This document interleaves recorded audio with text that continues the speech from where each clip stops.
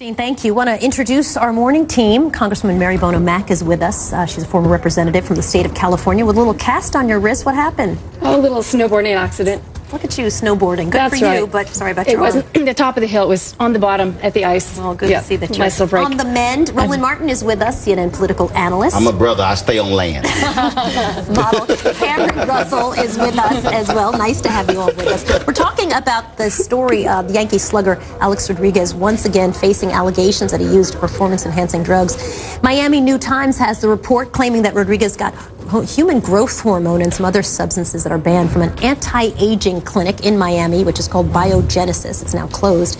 Several other big league players are also named in that report.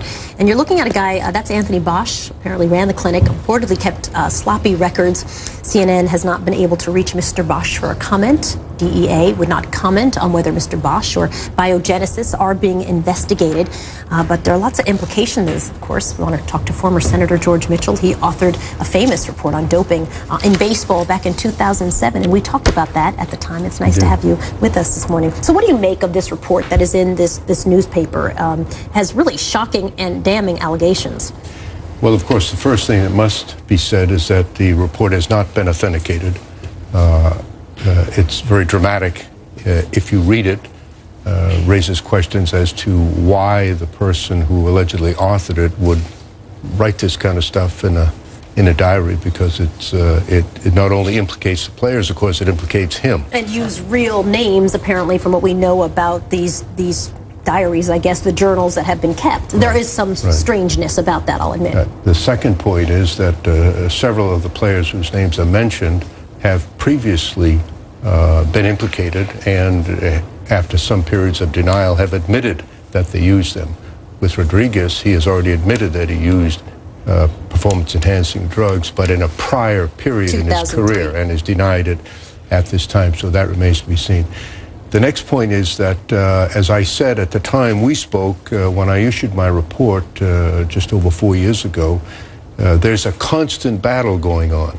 You have a large illicit industry of people engaged in making these drugs for profit, and the sports industries trying to catch up with them. You first started with steroids. A test was devised to detect steroids.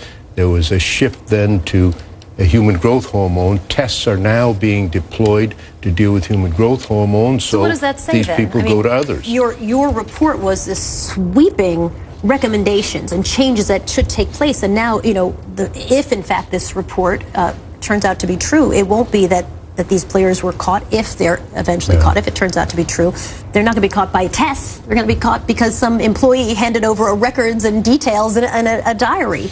The very first recommendation in my report, which was adopted by Major League Baseball, was that they create a Department of Investigations to investigate allegations unrelated to test results. Prior to that, very few players were ever suspended based on evidence other than drug testing reports, which left a huge gaping hole.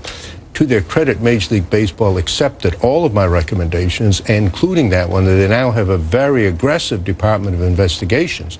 The problem they face is they're a private organization. They don't have the power of government to compel testimony. And so if a person won't speak to them and won't give them records voluntarily, it takes a lot of sort of hard work to get to building a case, sometimes impossible.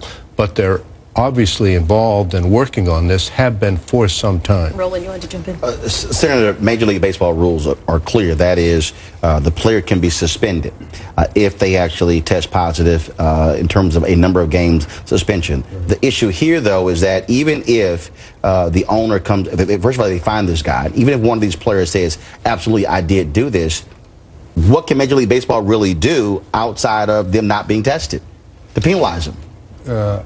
I think that there have been, well, first, I know there have been suspensions. Jason Grimsley, you can't be suspended without a positive test. That's right. You can't be suspended. And one of the outcomes of the creation of this Department of Investigations was to establish a basis and a process for suspensions on evidence that is unrelated to a drug test. I think that would happen if players came forward and said that. That's one of the tensions involved. Right. There's a huge financial incentive for these players. Of course, these contracts are massive. Well, players, and players but also the teams. Let's just be honest as well. All sides. Yes. My report was very clear that everyone involved has had some role in permitting this to develop.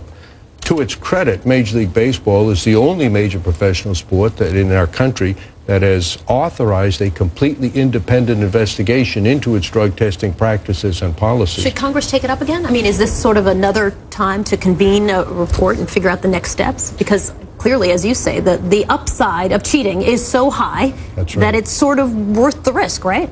I don't think it's likely to be taken up at this point.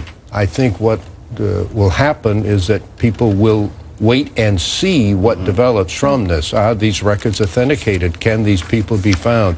Will there be a way to gain compelling of testimony and documents so that there can be independently verified the validity of these allegations?